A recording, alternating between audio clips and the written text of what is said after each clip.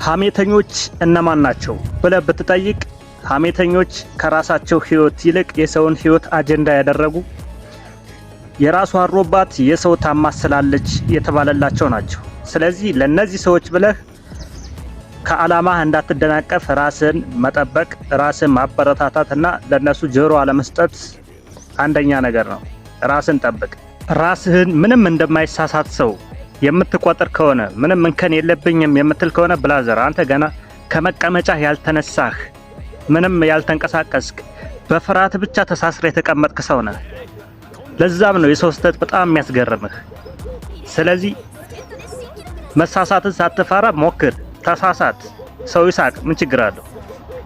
ቁጭ ብለህ የሰውን ስህተት አትቁጠር። ከቻልክ ተንቀሳቀስና ሞክረው። ወንድሜ በቸስታነትና በደህንነት መካከል ልዩነት አለ። ቸስታነት ጊዜያዊ ሲሆን ደህንነት ግን ዘላለማዊ ነው። ስለዚህ አሁን ቸስታ ስለሆንክ ዘላለማዊ ድሃ ትሆናለህ ማለት አይደለም። ችግሩ የሚፈጠረው የአሁኑ ቸስታነትን አይተህ እንደ ድሃ ራስን የምታይ ከሆነ እሱ ከባድ ነው። ምክንያቱም ደህንነት ዘላለማዊ ነው፣ በዛው ይዘልቃል። ቸስታነት ግን ዛሬ ብታጣ ነገ የምታገኘው ነገር ስለሆነ ፈታ በል። የአሁኑ ማጣትህ ዘላለማዊ ሳይሆን ጊዜያዊ ነው። ነገ የምታገኘው ነገር ስለሆነ አትጨነቅ ብዙ። ብርሃን ያጋለጠውን ብቻ የምታይ ከሆነ በድምጽ የተነገረን ብቻ የምትሰማ ከሆነ ብላዘር አንተ ማየትም መስማትም ተስኗል። ምክንያቱም በድምጽ ከሚነገር በላይ ያልተነገረ መስማት አለብህ። በአይንህ ከምታየው በላይ አሻግረ ማየት አለብህ። ምክንያቱም በጨለማ ውስጥ ስትሆን ለምሳሌ ፊዚካል የሚታይህ ጨለማው ነው፣ ግን ከጨለማው በኋላ ያለ የሚመጣውን ነገር ማየት አለብህ። ከጨለማው በኋላ የሚመጣው ነገር ምን ሊመስል እንደሚችል መገመት አለብህ። እንደዚሁም ሰው የሆነ ነገር ሲነግረህ በድምጽ መጥቶ ከነገረህ በላይ ያልነገረህን መስማት አለብህ።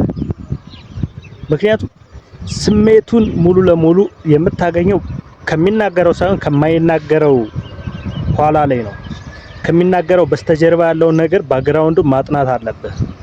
ምክንያቱም የተለያዩ ነገሮች አሁን የሚከሰቱት እንደዚሁ በፊዚካል የምትወስዳቸው ከሆነ ትክክል አይመጣም። ምክንያቱም ለምሳሌ አሁን ያለህበት አለ፣ ነገር ግን ነገ ደግሞ የሚሆነው መገመት አለብህ። ነገ ወዲያ አንተ የት ቦታ ላይ መገኘት ትፈልጋለህ? እሱም ማየት አለብህ። አሁን በችግር ውስጥ ካለህ በችግር ውስጥ ኑረህ ትጨርሳለህ ጊዜን ሳይሆን ከችግሩ ኋላ ከዚህ በኋላ ራስን ምን አይነት ደረጃ ውስጥ ምን አይነት ላይፍ ውስጥ መኖር እንዳለብህ መገመት አለብህ። ይሄን ስታይ አንደኛ በጨለማ ውስጥ ተስፈኛ እንድትሆን ያደርጋል። ሁለተኛ ያልተነገረን ማንበብ፣ የሰውን ስሜቱን ማንበብ፣ እንደዚህ ፊቱን አይተህ ማንበብ አለብህ። በዚህ መንገድ ያው ነገን የተሻለ ማድረግ ትችላለህ። አሻግረ ማየት መማር አለብህ ማለት ነው። ስለዚህ አሻግራችሁ ማየትን ተማሩ። ትልቅ ነገር ነው። ከነገራችን ላይ በጨለማ ውስጥ ብርሃንን ተመልከት።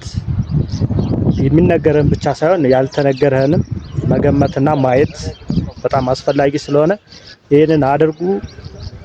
ቀጣይ በሌላ አስተማሪ ቪዲዮ እንገናኛለን። እስከዛ ድረስ ይሄ ቪዲዮ ሰብስክራይብ፣ ላይክ አድርጉት።